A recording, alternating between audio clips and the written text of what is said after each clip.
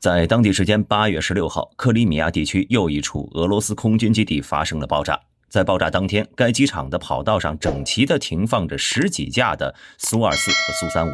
因此大兵估计这次机场爆炸的损失不亚于上一次萨基机场。而在此之前呢，乌克兰总统泽连斯基早已强硬表态，这场始于克里米亚的战争必须结束于克里米亚。同时，泽连斯基又在网上宣布，决定成立一个关于克里米亚和塞瓦斯托波尔的回归咨询办公室，作为乌克兰总统领导下的咨询机构。该法令于8月15号生效，这也意味着收复克里米亚已经被列入乌克兰的正式日程。至此，乌军对克里米亚的攻击就从未停止过。先是俄罗斯的萨基军用机场发生连环爆炸，数架军机被毁。而这次的袭击呢，可以说是自俄乌战争开战以来，俄军遭受最惨重的损失之一。虽然俄罗斯一直都声称这是因为消防安全问题遭遇的爆炸，但很明显，这次的说法就像上次莫斯科号潜艇的真正原因一样，让人难以信服。同时，一波未平，一波又起。还没过1个礼拜呢，乌克兰又把临近的贝尔贝格机场，在打击当日上午的卫星图片中显示呢，该机场的跑道上整齐地停放着10几架的苏24和苏35，跑道周边机堡一类的防护设施很少，因此大兵估计，这次俄军的损失可能是不亚于萨基机场那一次。当然，这单个一个机场并不是乌军今天打击的全部目标，乌军至少选择了3个目标，剩下2个分别是亚佐斯克和詹克伊的地铁转运站。我们都知道，俄军的后勤是极度依赖铁路的，而这2个转运站也是俄军重要的弹药存放点。当然，炸弹药库已经不是什么新鲜事了，毕竟在新卡霍夫卡和顿涅茨克那边，乌军基本上每天都要去炸一波。而这次乌军袭击的2个地铁站最大的意义呢，就是彻底瘫痪了克里米亚南北的铁路交通线。让我们先看一眼地图红线就是铁路交通线，上面2个终点分别是赫尔松和梅里托波尔，下方起点就是克赤大桥，可以看到2处打击正好将其完全切断。不过我想各位还能回忆起来，就在2周前，通向赫尔松的铁路在布里利夫卡处带着40节列车一起被炸断，这已经昭示了这部分路程万般艰险。所以目前俄军军列都是改道从另一条路前往梅里托波尔的。而随着这次亚佐斯克和詹克伊的地铁转运站被夷平，克里米亚通往赫尔松前线和前往克赤大桥的铁路交通已经是完全中断了。这会儿南部集群的俄军参谋部可能是要倒吸一口冷气了，我还有50个营的战斗群在第聂伯河岸边等待补给呢。而这几次的连续袭击也让整个克里米亚是人心惶惶，生怕下次爆炸就在自己身边。此刻有大量的克里米亚民众争相排队通过克里米亚大桥逃往俄罗斯境内。有数据显示，克赤大桥的车流量已经达到了创纪录的38300辆每天。而对于此事，泽连斯基声称，选择离开当地前往俄罗斯的人们至少还明白克里米亚不适合他们。他表示，乌军正在对克里米亚占领者进行去军事化行动。这句话听起来是不是有点耳熟呢？而与此同时，俄国的军事专家也带来了第一时间的案情分析。他表示，在16号克里米亚弹药库的爆炸可能和乌克兰的自杀无人机相关，而这几次的爆炸呢，也代表基辅正在试图摧毁克里米亚和赫尔松地区的重要物流通道，从而破坏俄军的后勤和装备供应，使得机场无法使用。同时，英国媒体还透露，乌军的特种作战部队还正在组建一个有组织、更秘密的项目，其中包括指导应对俄罗斯的袭击而进行的破坏、爆炸和藏匿武器。这次克里米亚先后的几次袭击当中呢，就有游击队员的身影。听到前线接连传来噩耗，这对普京而言呢，无疑又是一个打击。再加上这种事情还是发生在黑海舰队的大本营，也确实是让黑海舰队颜面扫地。因此，为了更好地应对乌军接下来的反攻，普京决定临阵换将，试图挽回不利的局面。根据俄媒体《生意人报》报道，一名黑海舰队的内部人士透露，维克多·索克洛夫已经替代了伊戈尔·奥西波夫，成为黑海舰队的新一任指挥官。据了解，索克洛夫现年60岁，在上世纪80、90年代有丰富的扫雷艇服役和指挥经验，之后历任俄太平洋舰队、北方舰队多项职位，最高职位达到了北方舰队副司令。他有着非常丰富的实战经验。至于他能否达到普京的期望，从而挽回黑海舰队的颓势，目前呢仍是一个未知数。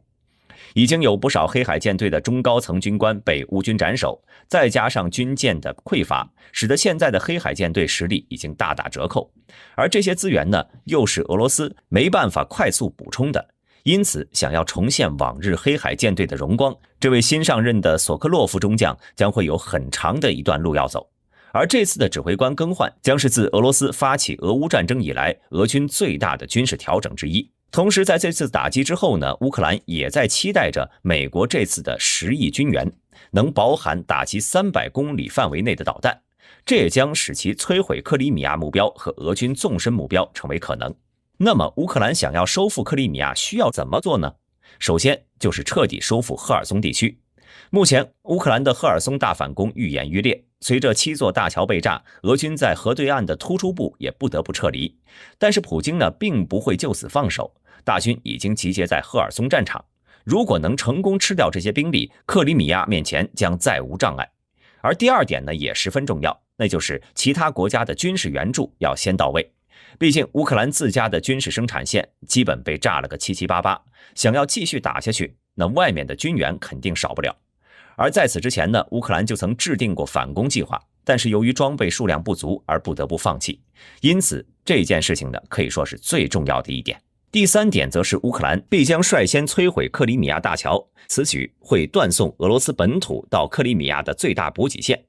对俄军造成重大打击。据了解，这座大桥呢是一座铁路公路两用桥，全长19公里。该大桥横跨刻赤海峡，连接俄罗斯本土与克里米亚半岛。泽连斯基心里呢对这一点也是明明白白的。于是到了8月18号晚上，克里米亚大桥附近就传出了爆炸声，一枚类似导弹一样的武器划破夜空，而附近的刻赤市也迅速启动防空系统。虽然克里米亚大桥并没有被炸，但这也给当地的俄军敲响了警钟。乌军是已经盯上这座大桥了。而除了乌克兰之外呢，英国似乎对这座大桥也是怎么看都不顺眼。英国国防部长就曾经公然宣称要对俄罗斯开战，准备动用导弹攻击克里米亚大桥。而就在前2天呢，英国的侦察机还直接闯入了俄罗斯的领空。而俄罗斯前总统梅泽韦杰夫立马表示，既然乌克兰和北约拒绝承认莫斯科对克里米亚的主权，这已经对俄罗斯构成了系统性威胁。如果乌克兰胆敢攻击克里米亚，将会迎来末日审判。因此，有很多人认为，一旦乌军对克里米亚发动进攻，俄军将有可能采用核弹攻击。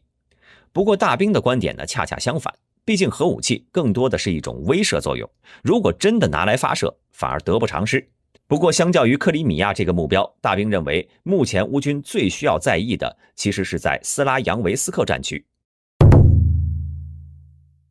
在最近几天，俄军再一次对该地区开始了主动而猛烈的炮击和进攻。虽然在斯拉维扬斯克和塞夫尔斯克等地的进攻都被乌军击退了，但是在巴赫穆特方向，俄军似乎是取得了一些进展。同时，顿涅斯克战区在阿夫迪夫卡、皮斯基、马林卡一线，俄乌双方的激烈争夺皮斯基一带，这里已经成为了一个巨大的战场绞肉机。俄军至少有3次声称占领了皮斯基，而乌军呢，同样也有3次证明其还在苦守。两军都在此地伤亡惨重，但是又没有办法放弃，因为如果失去皮斯基，在此地又会形成类似5月份在波帕斯纳被俄军打出来突出部，危及北顿、利西地区。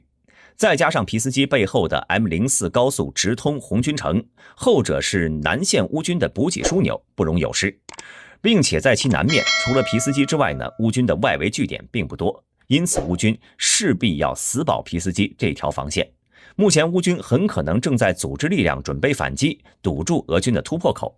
鉴于皮斯基的重要性，两军都在这里下足了血本。因此呢，大兵估计这个绞肉机还要继续运转一段时间。到了赫尔松地区，乌军请军入瓮的战术，待赫尔松州第聂伯河西岸北岸的10万俄军抵达后，马上利用海马斯炸毁第聂伯河上的所有桥梁，将其困住，并且利用炸掉因古列斯河上桥梁的方式，将被困住的俄军一分为2。如何真正吃掉这股俄军而不被俄军冲散，是乌军正要解决的当务之急。毕竟乌军缺少坦克和装甲车，难以有效地围歼被困俄军。所以其实战场的重心根本不在克里米亚。那么为什么乌克兰要把克里米亚炒得沸沸扬扬呢？其主要原因就是乌军想要打破战线僵化的局面。从这张图中呢，我们也能看出，俄罗斯对乌克兰的入侵几乎停滞不前。从2月的俄军入侵乌克兰到现在的僵持战线，如今的乌军呢，已经从战略防守进入到了战略相持阶段。最近整个7月份，俄罗斯也是夺取了乌克兰150平方公里左右的土地。即便是在7月10号到8月14号的夏季战斗高峰期，普京的军队也几乎没有前进。也就是说，1个月以来，尽管激战不断，但是从南到北1000多公里的战线上，双方几乎没有动过。这一点呢，对乌克兰而言有利也有弊。其中好的一面呢，就是俄军在这1个多月的进攻中几乎毫无进展。很明显，俄军的进攻力量在衰减，换句话说，就是快打不动了。而不好的一面就是乌军同样也没有太大进展，这也就代表着战争将进入僵持阶段。而这个僵持呢，也意味着战线的固化，战争的长期化。虽然长期的战争和各国的制裁会使得俄罗斯越来越弱，而乌克兰则会在多国的持续援助下战斗力越来越强，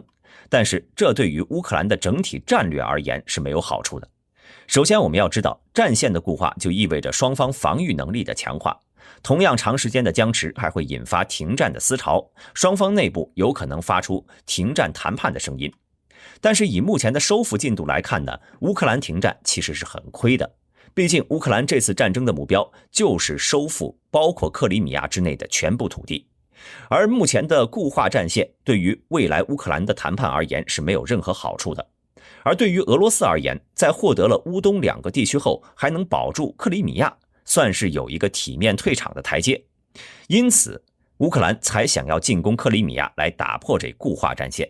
当然这种进攻呢，未必就需要步兵的开进，使用远程火箭炮让克里米亚遍地开花也是一种不错的选择。往后乌军对克里米亚的打击也将会常态化，这样不仅会让俄军无法全力增援赫尔松，同时还要顾及顿涅斯克战区。打击克里米亚就相当于打击了俄罗斯南线战场的中继站，不仅能缓解其他战区的压力，还能对俄海军产生巨大的影响。如果炸断克里米亚大桥，那么整个克里米亚半岛就会变成一个超大号蛇岛。失去中继站的俄军只会变得更加疲软。而面对目前东线战场而言，海马斯的出现虽然遏制了俄军的火力，减轻了其进攻强度，但是乌军呢也很难进行推进。不过在战场之外，乌克兰仍有其他力量可以加入。除了那100万正在受训的乌克兰新兵之外，美国援助的 F-16 战机也将会对战线的推进起到至关重要的作用。同时大兵还发现，乌克兰正在准备生产自己制造的无人机。如今在土耳其的帮助下，乌克兰已经开始建设骑手无人机工厂，并且乌克兰在15号的最高议会上还投票决定再增加2700亿格里夫纳的军费预算，也就是73亿美元。这样乌克兰在2022年的国防预算中，其总开支将增加到300亿美元，而这还不包括其他国家对它的援助。